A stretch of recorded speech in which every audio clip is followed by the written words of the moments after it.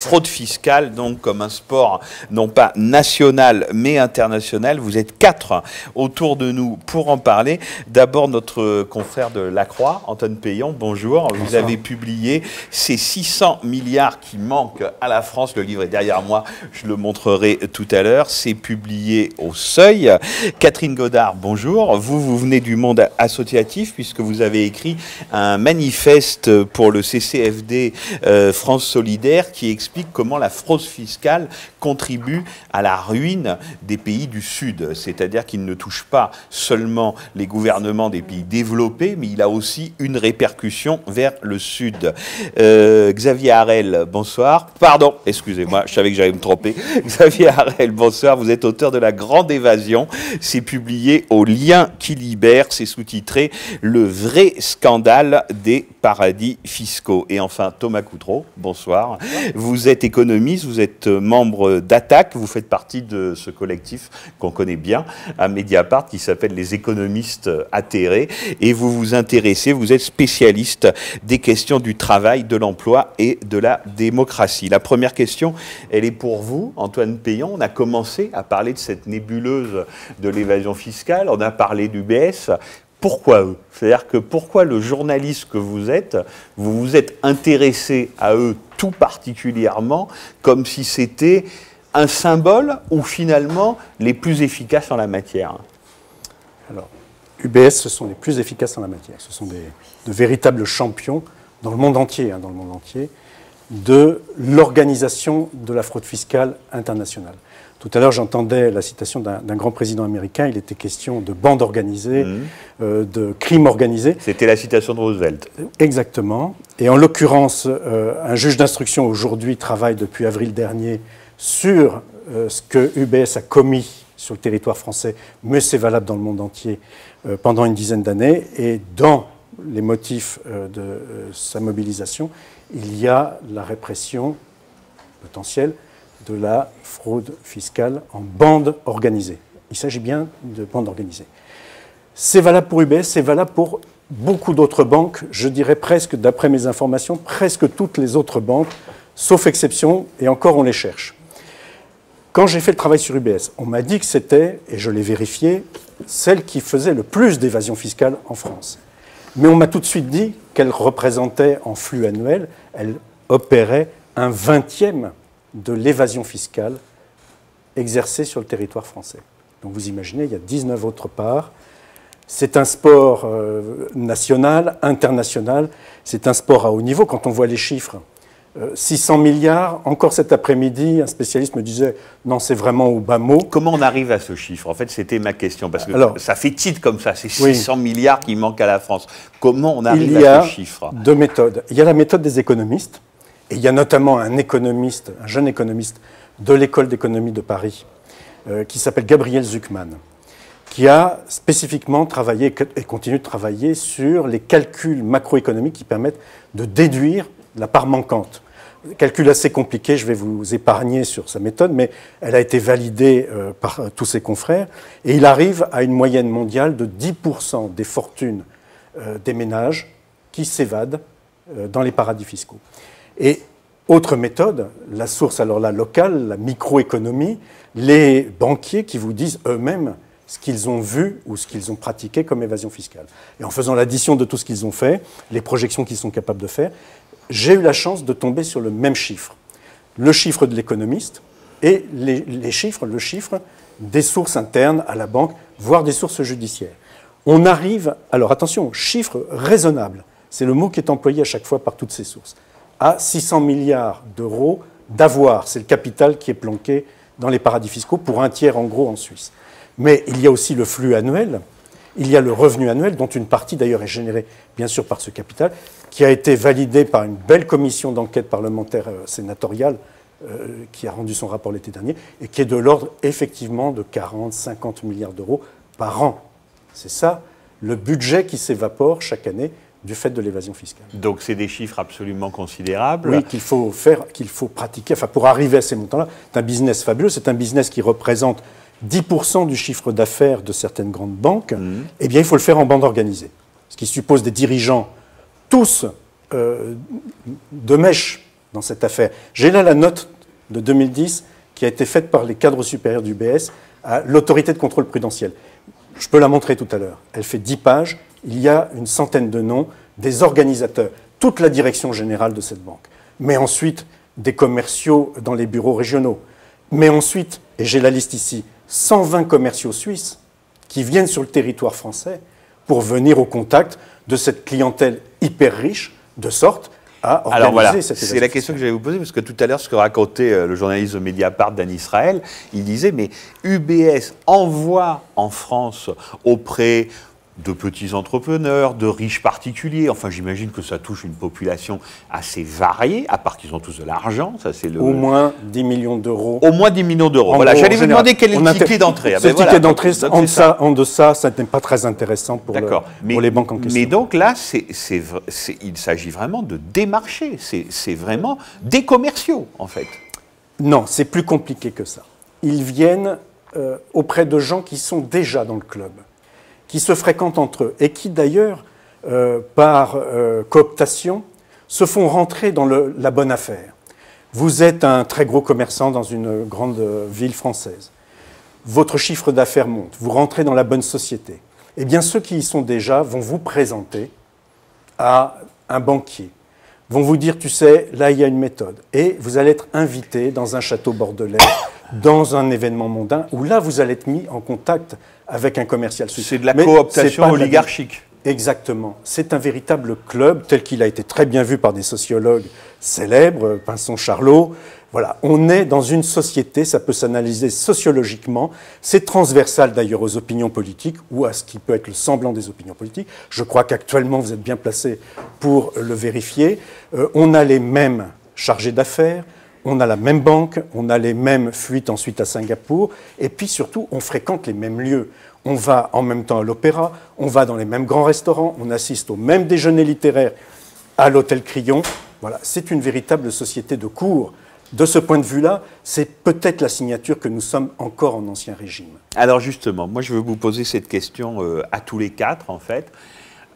Nous vivons une période de crise économique. La crise maintenant, déclarée comme telle, dure depuis 4 ans.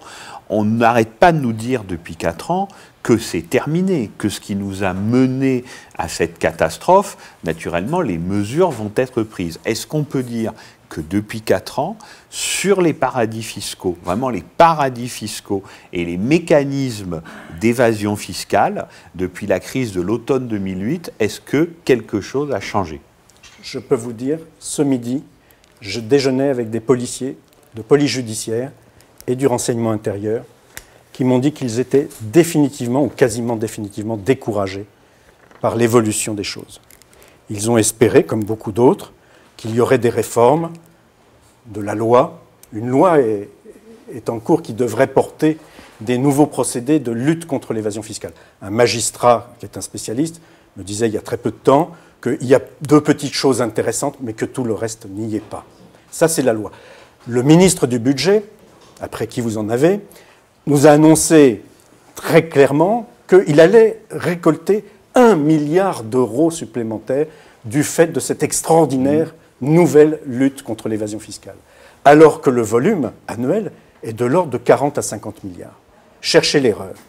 Donc, pour les spécialistes, que ce soit les juges, les magistrats ou les policiers, aujourd'hui encore, ça peut changer, nous sommes dans le faire semblant, comme nous l'étions avec M. Wörth, quand il agitait la liste HSBC. On est exactement dans la même situation. Ça, c'est pour l'échelon national et à l'échelon international ? Alors, c'est un peu différent. On a aujourd'hui des procédures judiciaires musclées qui ne datent pas d'hier, enfin d'aujourd'hui aux États-Unis, qui produisent quelque chose. Après, il y a plein de questions à poser sur certains paradis fiscaux sous dépendance américaine. Je pense à l'État de Delaware, mais je pense que Xavier Harel, qui est ici, entre autres, pourra mieux répondre que moi sur ces sujets. Mais on a une procédure en Allemagne qui commence à être intéressante, où d'ailleurs il y a eu presque un peu une autonomie du judiciaire par rapport à un pouvoir politique qui voulait l'empêcher, qui voulait se précipiter d'ailleurs à signer un accord d'amnistie fiscale. Rubik, c'est de l'amnistie fiscale avec la Suisse. Eh bien, malgré tout, un CD-ROM, un DVD-ROM a été acheté, est exploité judiciairement. Des perquisitions phénoménales ont lieu, y compris chez des clients. Il n'est pas impossible qu'en France, ça ait lieu aussi. Mais on est sur un régime peut-être de basse démocratie, mais aussi on est sur un régime de bas travail judiciaire en France. Thomas Coutreau, même question. Oui, on a pu croire à un moment, pendant quelques mois après l'éclatement de la crise financière en 2008, que la trouille avait été tellement grande dans les milieux dirigeants qu'ils allaient mettre de l'ordre un petit peu dans la maison et limiter les pires dérives. Et Nicolas Sarkozy a eu cette fameuse phrase après un G20 à Londres, les paradis fiscaux, c'est fini. Mais en réalité, la trouille est passée assez vite. Les États ont injecté des milliers de milliards de dollars et d'euros dans la machine pour la faire repartir. La spéculation est repartie, les banques ont regonflé leurs profits et elles ont retrouvé maintenant un pouvoir politique et économique supérieur à ce qu'elles avaient avant la crise, puisqu'elles en ont profité pour se concentrer. Certaines banques ont fait faillite, ont été reprises, leurs activités ont été reprises. On a maintenant une concentration bancaire et financière accrue par rapport à l'avant-crise, et donc un pouvoir politique accru pour ces acteurs financiers. Et de fait, on voit bien aujourd'hui qu'il n'y a plus de volonté politique, les paradis fiscaux. Alors, en Europe, parce que c'est vrai qu'aux États-Unis, il y a eu une loi qui a été passée qui oblige, et qui va obliger à partir de l'année prochaine, à une transparence beaucoup plus importante. Donc l'Europe est plutôt à la traîne par rapport aux États-Unis ? Oui, alors là, je crois qu'il y a très clairement un manque de volonté politique spécifique en Europe. L'administration américaine a essayé des choses. Alors, sur la réforme financière, finalement, ça s'est dilué.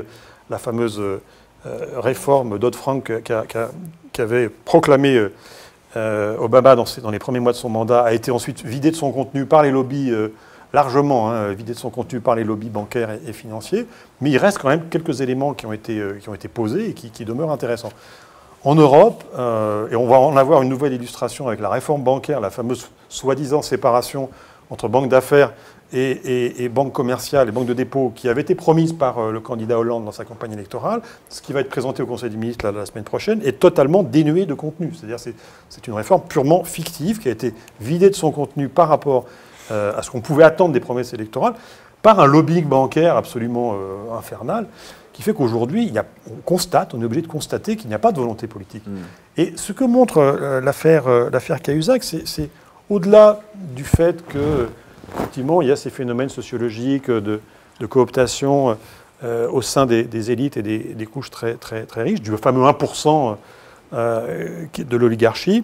C'est aussi cette interpénétration entre l'oligarchie financière économique et l'oligarchie politique.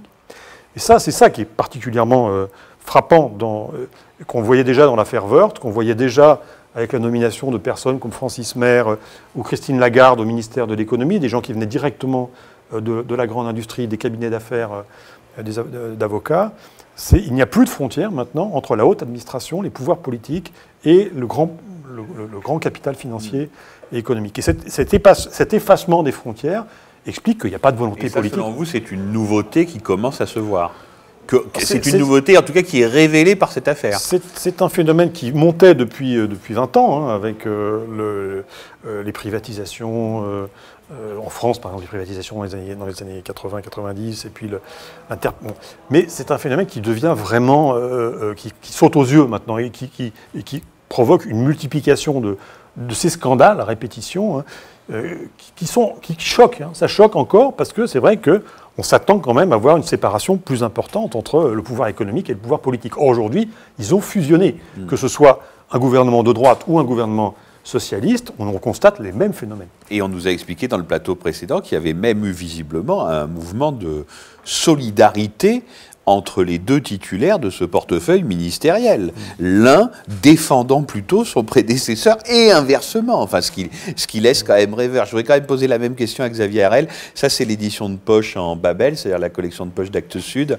La grande évasion, le vrai scandale des paradis fiscaux. Vous êtes d'accord ? Les Américains ont plutôt, on a l'impression, pris l'affaire à bras-le-corps, plutôt plus et de façon plus efficace que les Européens ? Les paradis fiscaux, c'est un petit peu les passagers clandestins de la mondialisation. Ils vivent sur la bête, c'est-à-dire qu'ils vivent de nos impôts. Ils piquent nos impôts, ils piquent des revenus qui sont planqués, et ils piquent nos impôts, et ils vivent de ça. Et le seul moyen de lutter contre ça, c'est un rapport de force. C'est d'engager un rapport de force avec ces territoires, qui en général ne sont pas de grands pays, et de les faire plier. C'est ce qu'ont fait les États-Unis, c'est ce qu'a fait l'administration Obama. Ils l'ont fait extrêmement vigoureusement, parce qu'il y a l'affaire UBS, mais il y en a d'autres. Et ce qu'ils ont obtenu des banques, c'est que et de l'État suisse, c'est qu'il viole lui-même son secret bancaire. C'est-à-dire, le secret bancaire, c'est quoi? Tout le monde bénéficie du secret bancaire. En France, personne n'a le droit de consulter mes comptes en banque, en dehors de mon banquier, de la justice si je suis impliqué dans une affaire de corruption, et de l'administration fiscale. Le secret bancaire à la mode helvète, le secret bancaire suisse, c'est quoi? C'est l'impossibilité pour un autre État d'avoir des informations sur des comptes ouverts par un Français en Suisse, ou pour l'administration allemande, d'avoir des informations sur des comptes ouverts en Suisse par un Allemand. Eh bien, ce secret bancaire est utilisé évidemment pour dissimuler de l'argent, et le seul moyen d'obtenir de l'information, c'est quand on est dans le cadre d'une affaire de corruption. Les Américains ont obtenu que les Suisses fournissent ces comptes en banque concernant des dizaines de milliers, c'était des dizaines de milliers de contribuables américains qui étaient concernés, et les Suisses ont accepté de fournir 4500 noms de contribuables américains, ce qui a été une brèche énorme dans le secret bancaire suisse. Quand on est en Suisse, les banquiers sont un peu terrorisés. Il y a un vrai débat en Suisse aujourd'hui entre ceux qui pensent qu'on peut sortir de ce système et ceux qui essayent de protéger au maximum. Mais quand on est dans un rapport de force extrêmement fort, qui était de dire, qu'est-ce qu'ont dit les Américains? Ils ont dit, bah écoutez, très bien, soit UBS fournit ces noms, soit nous ôtons la licence dont dispose UBS aux États-Unis. Donc UBS ne pourra plus exercer aux États-Unis. Vous imaginez ce que c'est que pour une banque, une grande banque internationale, de ne pas avoir d'implantation aux États-Unis. Ils sont rentrés dans un bras de fer et la Suisse a plié. UBS a plié. Donc c'est uniquement lorsqu'on est dans un rapport de force extrêmement fort que l'on peut faire plier la Suisse ou, a fortiori, des États encore plus petits comme Jersey, Caïmans, etc. En Europe, effectivement, il n'y a pas de volonté politique de faire plier la Suisse. Il n'y a pas de volonté de... Pourquoi est-ce qu'on ne fait pas exactement la même chose? Les Américains sont allés beaucoup plus loin. Ils ont obtenu de la Suisse et de ses banques qu'elles publient les noms de leurs collaborateurs qui ont aidé des contribuables américains à frauder le fisc américain. Le résultat est extraordinaire. Alors, pour les Suisses, c'est absolument horrible. Vous vous rendez compte, pendant des années, vous avez une banque qui vous a protégé, qui vous a couvert, votre hiérarchie, vous dites, allez-y, c'est bon, tu peux faire venir de l'argent, le planquer ici, moi je te couvre. Et puis au bout de 10 ans, 15 ans, eh bien, les noms sont balancés à la justice américaine. Ça veut dire quoi? Ça veut dire que ces dizaines de milliers d'employés qui ont travaillé pour ces banques pendant des années à organiser de l'évasion fiscale à grande échelle, eh bien, aujourd'hui, ils ne peuvent plus aller aux États-Unis. Ils sont prisonniers de leur pays. C'est absolument horrible quand on regarde ça du côté suisse. Côté américain, c'est extrêmement malin. Parce qu'aujourd'hui, des banquiers suisses vont se mettre à réfléchir à « oui, est-ce que je suis vraiment couvert par ma hiérarchie ?» Bon. Mais pourquoi? C'est pas parce qu'on est rentré dans une procédure très technocratique comme on s'installe aujourd'hui en Europe. Aujourd'hui, on a demandé à l'OCDE de réfléchir, à mettre en place des procédures, à signer des accords, d'échange d'informations, dont on a pu voir lorsqu'ils ont été mis en test grandeur nature que ça ne fonctionnait pas. La France a signé un accord d'échange d'informations avec la Suisse. Normalement, aujourd'hui, si la France a des soupçons sur un contribuable français, pas des soupçons de corruption ou de blanchiment, mais des soupçons d'évasion fiscale, elle fait une demande à la Suisse et normalement, la Suisse doit lui donner des informations. Eh bien, Valérie Pécresse, lorsqu'elle était ministre du Budget, a fait un essai grandeur nature. Elle a fait une demande concernant 230 contribuables français. Eh bien, le résultat est absolument terrifiant. C'est-à-dire qu'ils ont eu une trentaine de réponses. Et pour la plupart, c'était des réponses où les informations qui sont revenues étaient contenues dans la question qui était posée par l'administration française. Donc, dans les faits, ça ne fonctionne pas. Tant que ce rapport de force n'a pas été installé et qu'on n'a pas expliqué à la Suisse ou à d'autres territoires, le Liechtenstein, le Luxembourg, qu'on en a marre de leurs pratiques, que leurs pratiques sont déloyales, qu'ils vivent de notre argent, de nos impôts, eh bien, on n'arrivera à rien. On rentrera dans des procédures extrêmement technocratiques, très longues, où il faut que tout le monde soit d'accord, et où les Suisses, le Luxembourg ou l'Autriche vont vous expliquer que, très bien, on est prêt à abandonner le secret bancaire si les autres le font. Et si les autres... On n'arrive à rien. Le seul moyen, c'est de faire pression sur ces pays de façon très très ferme. Catherine Godard, ça veut dire qu'il faut que nous-mêmes nous fassions pression sur nos gouvernements pour qu'eux-mêmes instaurent un rapport de force, si je comprends bien la démonstration, pour que quelque chose bouge et que quelque chose change. Bah absolument. D'abord parce que cette question d'évasion fiscale, c'est un enjeu de démocratie. C'est un enjeu de justice sociale. L'injustice est criante quand on regarde cette situation où des contribuables ou des grandes entreprises, parce que là on parle, enfin, au cœur de l'évasion fiscale, il y a la question des multinationales. Et aujourd'hui, le système fiscal international n'est pas du tout adapté, il est complètement obsolète par rapport à la réalité de l'économie internationale et notamment de ces entreprises multinationales. Et si les citoyens ne réclament pas justice, ne réclament pas la transparence nécessaire pour que la fiscalité s'applique réellement à ces entreprises multinationales, on est dépossédés, nous, citoyens du Nord, mais les citoyens du Sud également, d'une répartition juste, équitable de toutes les richesses créées sur un territoire. Quand vous parlez des multinationales, vous pensez aux affaires Google, Starbucks, oui, alors on etc. parle beaucoup de ces multinationales en Europe parce que il y a eu, elles ont été montrées du doigt en Angleterre. D'ailleurs, elles y sont très sensibles, puisque certaines ont décidé que, bien qu'elles n'aient pas payé d'impôts depuis des années, maintenant elles allaient le faire. Donc c'est quand même une reconnaissance du fait qu'elles étaient en tort. Mais il y a aussi des multinationales qui exploitent des ressources naturelles, gazières, minières, pétrolières dans beaucoup de pays du Sud et qui ne payent pas d'impôts dans ces pays. Et c'est ça que nous dénonçons au CCF des Terres Solidaires, c'est que on parle beaucoup de l'évasion fiscale ici et de l'enjeu que ça représente comme perte pour nos États. Et donc comme perte aussi de capacité à mettre en place des politiques publiques. Les 20 milliards d'euros d'évasion fiscale internationale des entreprises multinationales en France, c'est un tiers du budget de l'État pour l'éducation, par exemple. Mais on parle beaucoup moins, et nous, c'est ce que l'on met en avant, de cet impact dans les pays du Sud, du fait que ça représente 125 milliards d'euros chaque année pour les pays du Sud. C'est autant de ressources que les pays ne peuvent pas investir dans leur développement, dans leur politique agricole. Ils n'ont pas de rentrée fiscale. Voilà, eux n'ont pas ou très peu de rentrée fiscale. On a des exemples qu'on cite régulièrement. Exxon, qui au Chili, pendant 23 ans, a exploité une mine, l'a déclarée déficitaire, n'a donc pas payé d'impôts pendant 23 ans et l'a revendue à 16 fois le prix d'achat. Donc elle était quand même productive, cette mine. Et Total, ils paient leurs taxes dans les pays étrangers. Alors il y a beaucoup de discussions là-dessus. Pour parler d'une grande entreprise et multinationale le problème justement, c'est qu'aujourd'hui, je vous le disais, la réalité de la politique fiscale internationale n'est pas adaptée à la réalité des entreprises. Une entreprise multinationale comme Total publie des comptes consolidés et donc paye des impôts, et effectivement, Total paye des impôts. Simplement, on ne sait pas si Total a bien payé les impôts là où Total avait créé de la richesse. Et le problème, il est là. C'est-à-dire que les multinationales peuvent très facilement localiser leurs profits dans les paradis fiscaux et donc échapper aux impôts. Voilà. Et donc, c'est une des demandes que l'on pousse, c'est exiger la transparence comptable, pays par pays. Donc ça, c'est ce que l'on pousse au niveau français, au niveau international. Il y a un réseau international d'organisations de la société civile pour la justice fiscale qui pousse cette proposition depuis des années. Et elle avait été entendue. Auprès du G20, on n'a pas réussi à obtenir que cette mesure de transparence fiscale, comptable, pays par pays soit mise en œuvre. Le problème des dispositifs internationaux dont on parle depuis tout à l'heure, c'est qu'ils sont centrés sur les paradis fiscaux et sur les échanges d'informations entre administrations fiscales. Donc on ne s'attaque pas à la vraie raison. On ne s'attaque pas aux utilisateurs, on ne demande pas directement aux utilisateurs de donner ces informations. Or, ce sont les mieux placés pour les donner. Ce sont les mieux placés pour donner ces informations sur ce qu'ils font dans chacun des pays. Martine Orange.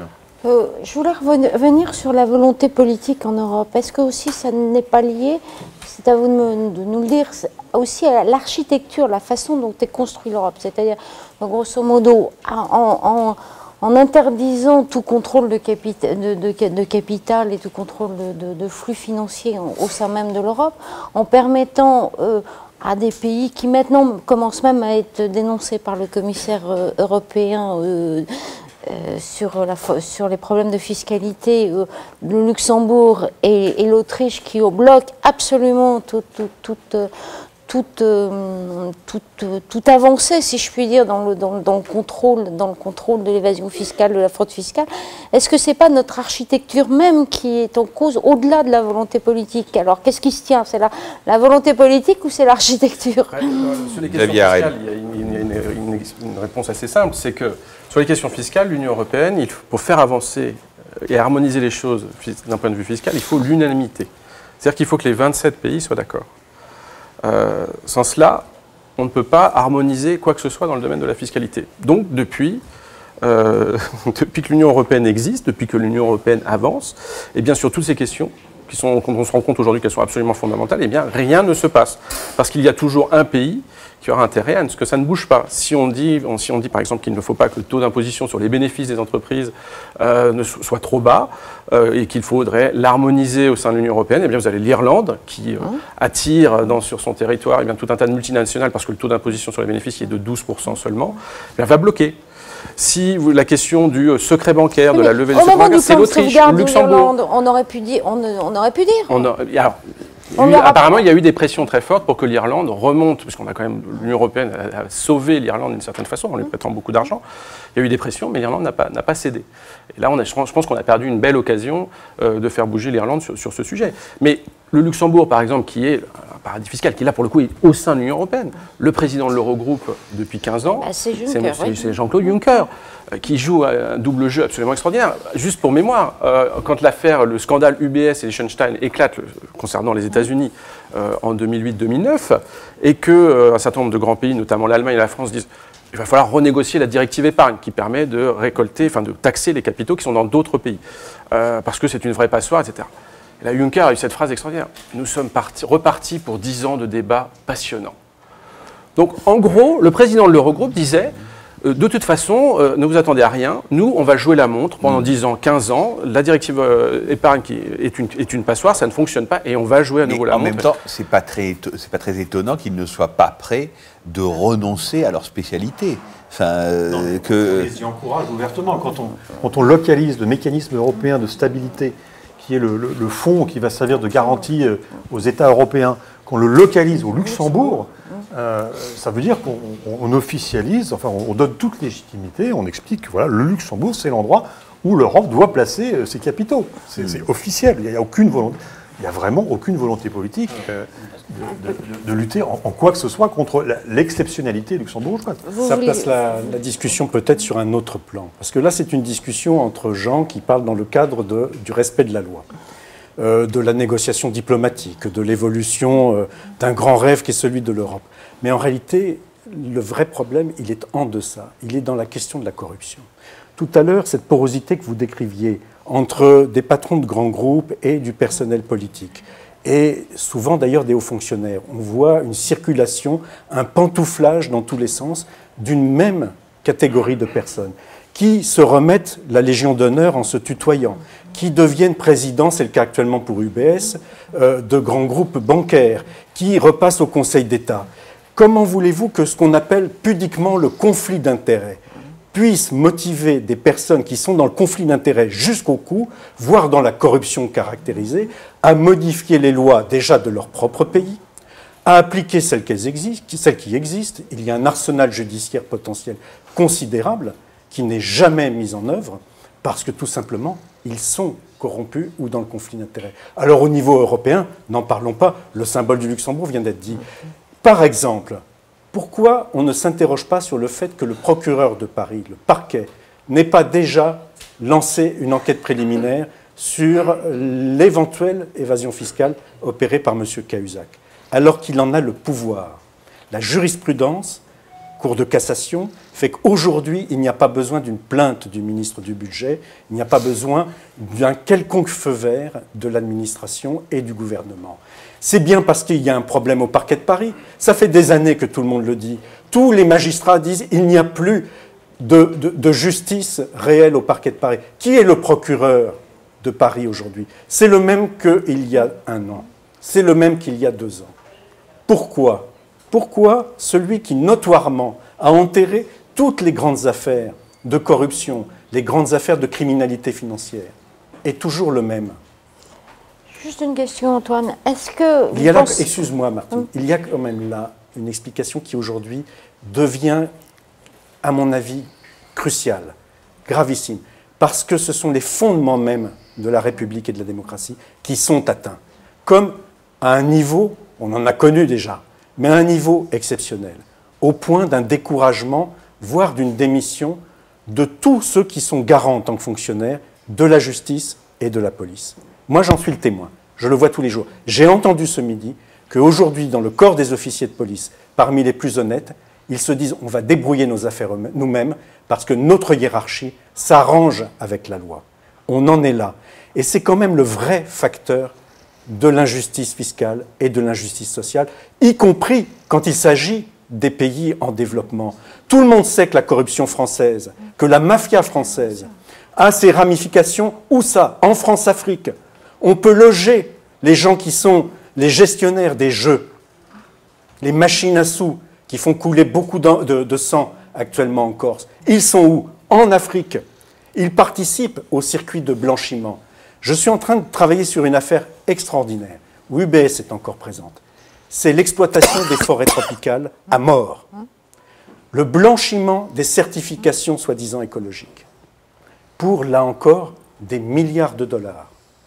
Et ce sont les mêmes circuits qui nous font remonter la cocaïne, qui nous font les trafics d'armes, la gestion des machines à sous. C'est ça le fond du problème aujourd'hui. Les 600 milliards d'euros au bas mot, c'est le fruit de la corruption.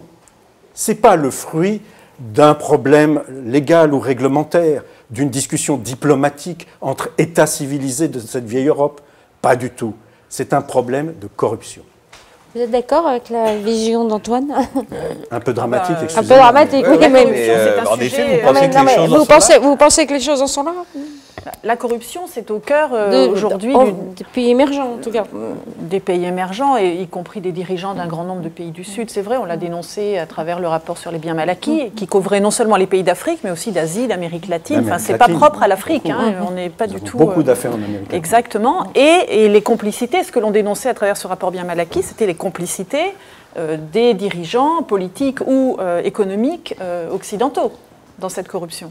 Et cette corruption passe par les paradis fiscaux, bien entendu. Donc après, l'argent de la corruption n'est pas le volume le plus important. Pour nous, à nouveau, c'est vraiment l'évasion fiscale des entreprises multinationales qui pèse un poids beaucoup plus lourd, parce que c'est toute l'économie mondiale.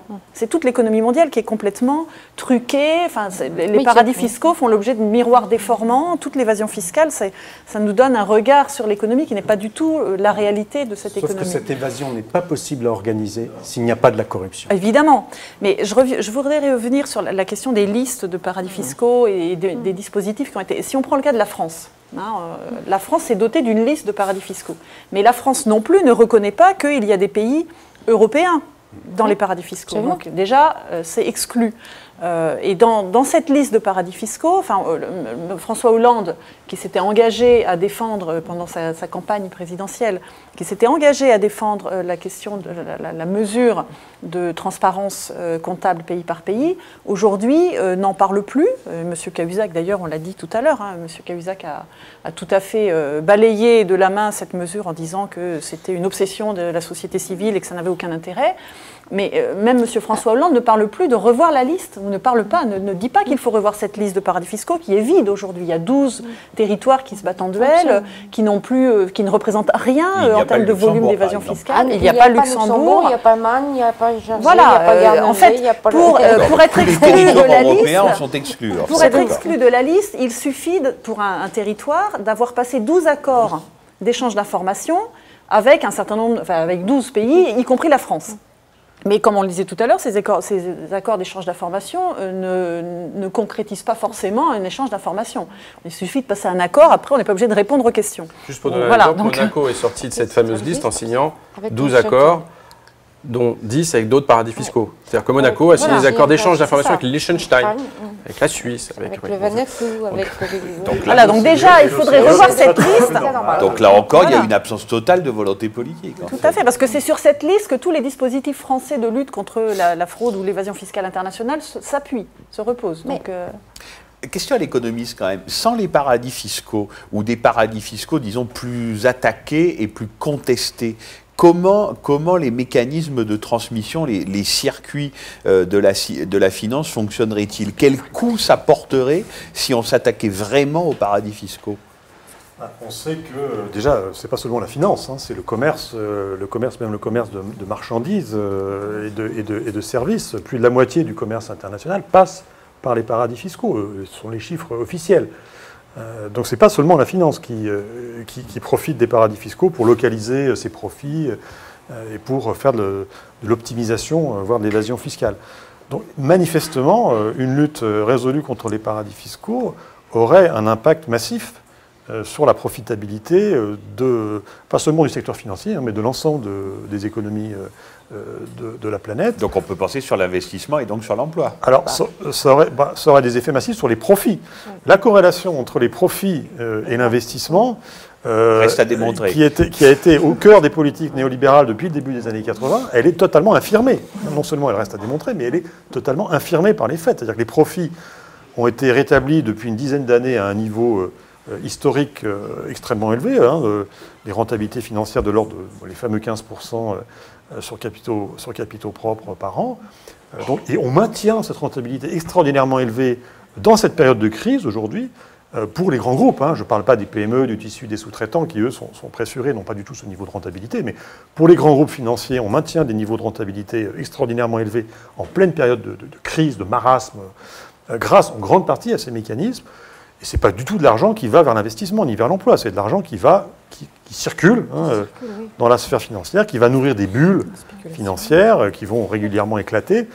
Donc on est dans une économie qui marche sur la tête. Et de l'hyper-richesse. Et de l'hyper-richesse. Il faut regarder quand même la croissance des revenus et des patrimoines des gens qui sont à la tête de ces grands groupes et qui, eux, se servent en dividendes. C'est ça aussi, c'est-à-dire que ce profit qui est mis à l'abri des paradis fiscaux ne profite en aucun cas à l'investissement. Au contraire, il est souvent fait sur ce qu'on appelle des dégraissages d'effectifs. La grande méthode, c'est de réduire les coûts pour faire ses profits. Donc au contraire, ça a même un effet pervers sur l'économie.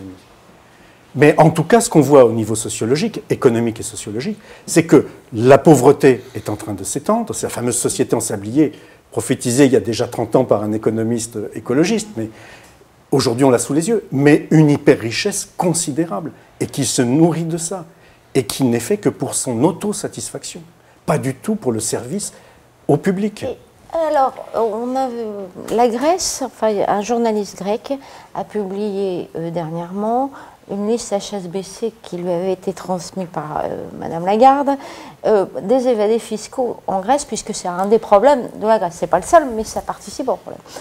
Il a été menacé par la justice.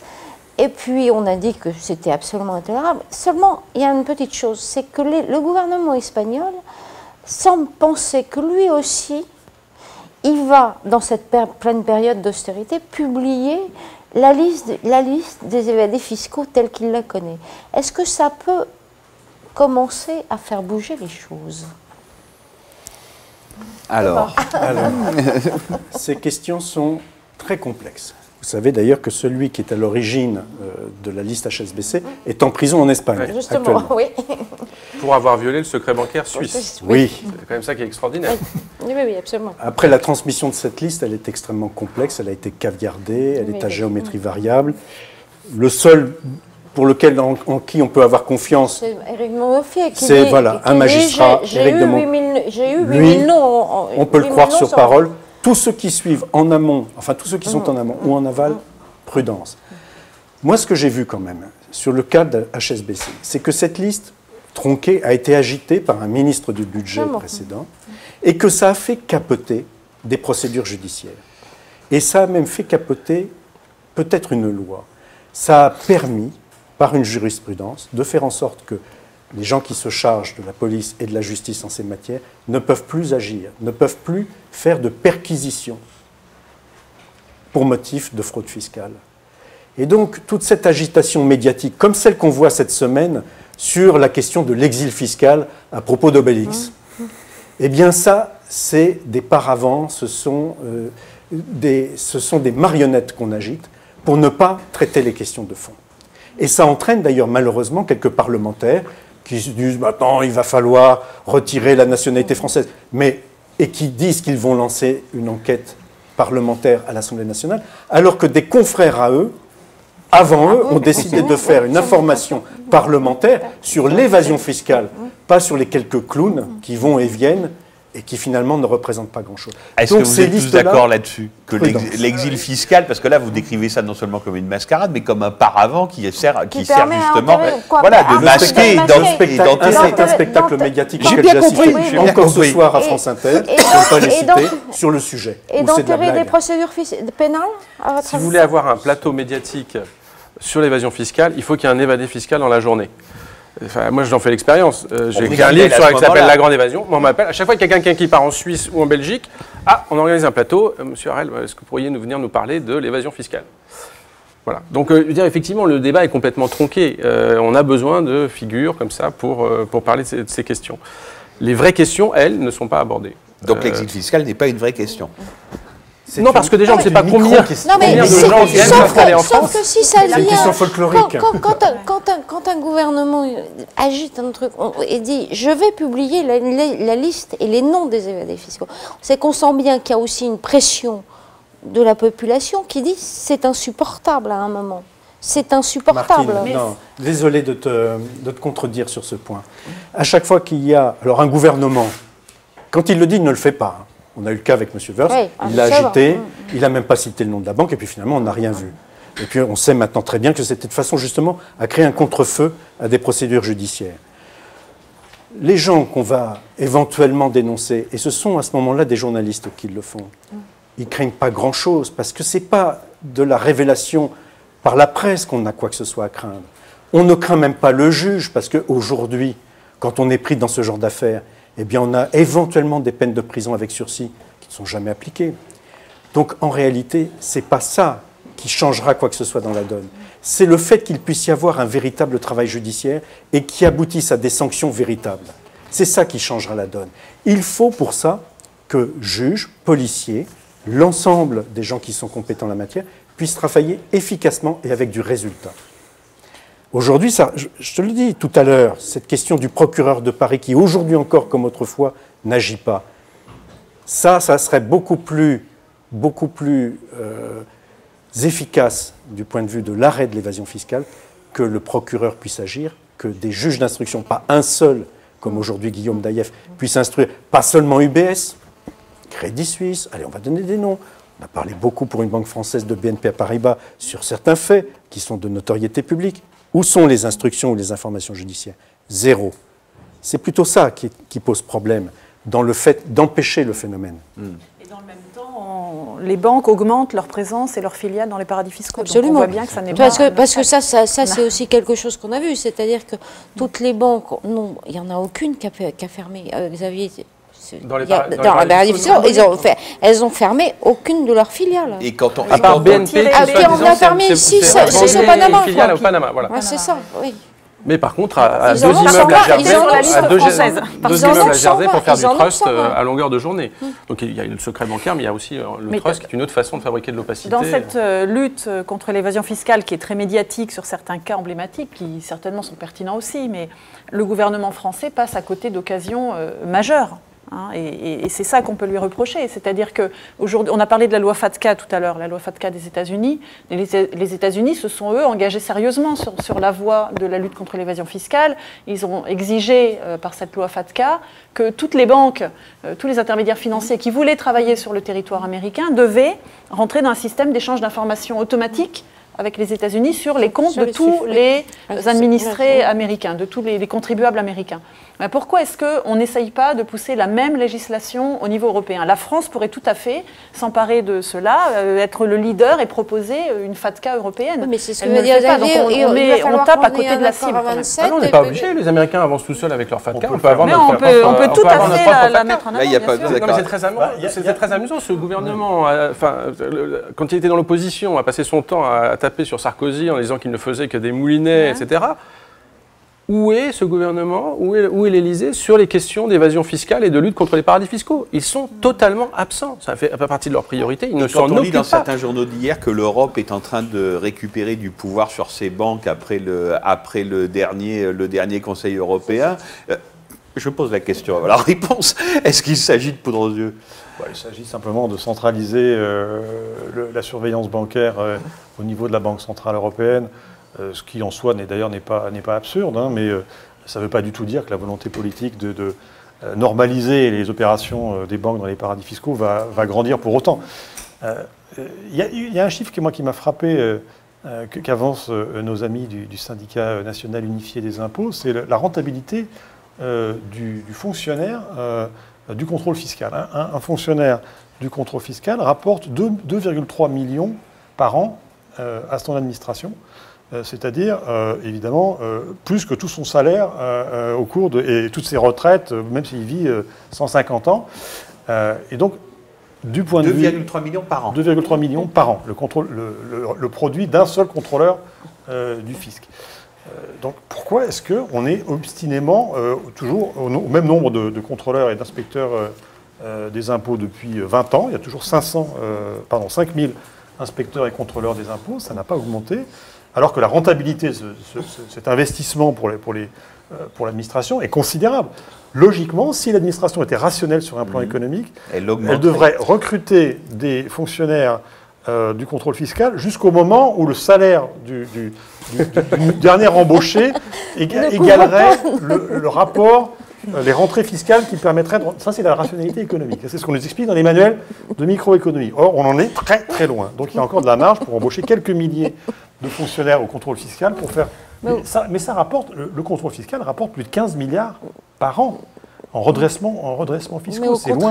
C'est loin d'être négligeable. Hein. Ce sont des sommes considérables qu'on pourrait augmenter très facilement. C'est même un des services qui a été largement touché par la RGVP et justement par les suppressions d'emplois.